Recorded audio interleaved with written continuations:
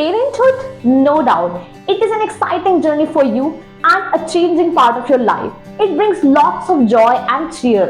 पर इसके साथ ही ये कुछ एक्सपेंसेस भी ऐड कर देता है जिसे आपकी जनरल हेल्थ इंश्योरेंस पॉलिसी में कवर नहीं किया जाता है। इसीलिए मैटरनिटी हेल्थ इंश्योरेंस रोल में आता है ताकि आपका फाइनेंशियल रिलेटेड स्ट्रेस इस मेडिकल जर्नी में ना रहे। इस मैटरनिटी हेल्थ इंश्योरेंस को आप स्टैंड अलोन भी ले सकते हो। मींस जिस तरह से आपका एक बेसिक हेल्थ इंश्योरेंस प्लान होता है उसी तरह से आप इस मैटरनिटी हेल्थ इंश्योरेंस प्लान को ले सकते हो, या फिर मैटरनिटी हेल्थ इंश्योरेंस प्लान आप एज एन एड ऑन भी ले सकते हो with your existing insurance policy. तो चलिए आज की वीडियो में जान लेते हैं कि maternity health insurance plan actual में क्या है, इसके क्या बेनिफिट्स हैं, इसमें क्या कवर किया जाता है और इसे खरीदने से पहले आपको किन बातों का ध्यान रखना चाहिए। मैटरनिटी हेल्थ इंश्योरेंस प्लान आपके प्रेगनेंसी रिलेटेड एक्सपेंसेस को कवर करता है।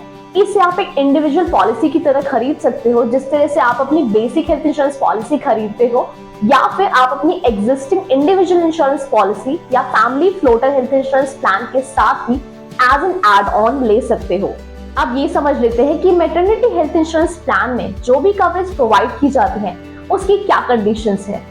Number 1, cost is covered up to a specified limit.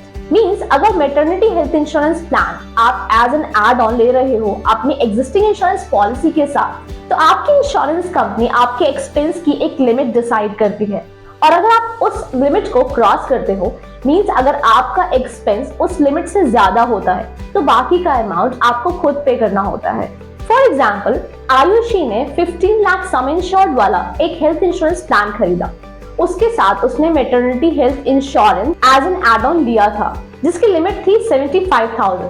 अब यहाँ अगर आयुषी का मैटरनिटी रिलेटेड एक्सपेंस 75,000 क्रॉस करता है तो इस केस में उसे बाकी का अमाउंट अपनी पॉकेट से खुद ही पे करना होगा। Number 2 is several types of expenses are covered. Maternity health insurance plan में प्रीनेटल एंड पोस्टनेटल कॉस्ट भी कवर की जाती है।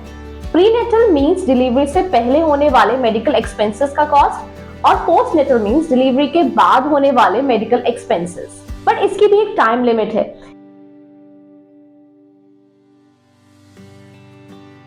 प्रीनेटल केयर 30 डेज तक ही कवरेज प्रोवाइड करता है before the delivery, and postnatal care में after delivery 60 days are also covered. और हाँ, both cost of the delivery are covered in it, normal and the caesarean delivery.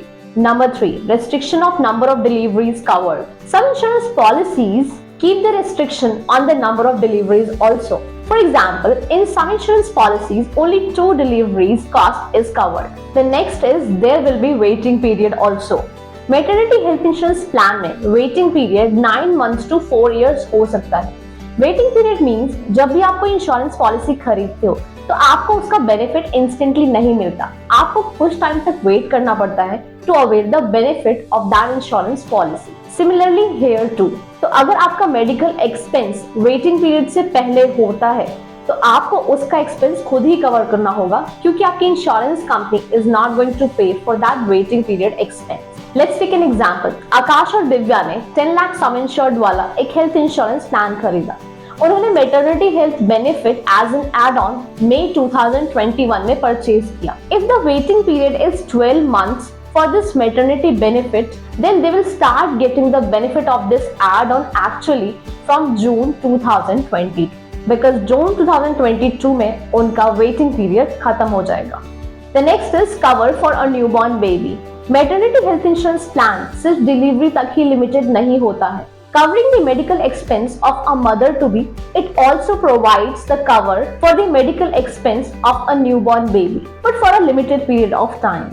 The next is vaccination and other expenses of the newborn baby. कुछ insurance policies में newborn baby के vaccination, medical treatment और इस तरह के कुछ और खर्चों को भी कवर किया जाता है, but for a specified period of time. कुछ इंश्योरेंस कंपनीज वैक्सीन की लिस्ट प्रोवाइड करती हैं, वहीं कुछ इंश्योरेंस कंपनीज वैक्सीन के अमाउंट पर भी लिमिट रखती है। इस तरह से ये कंडीशंस और लिमिट्स डिफरेंट हो सकते हैं depending upon different types of insurance companies. तो ध्यान रहे कि आप अपने पॉलिसी के डॉक्यूमेंट्स को ध्यान से पढ़ें। अब ये जान लेते हैं कि मैटरनिटी हेल्थ इंश्योरेंस प्लान किसे खरीदना चाहिए।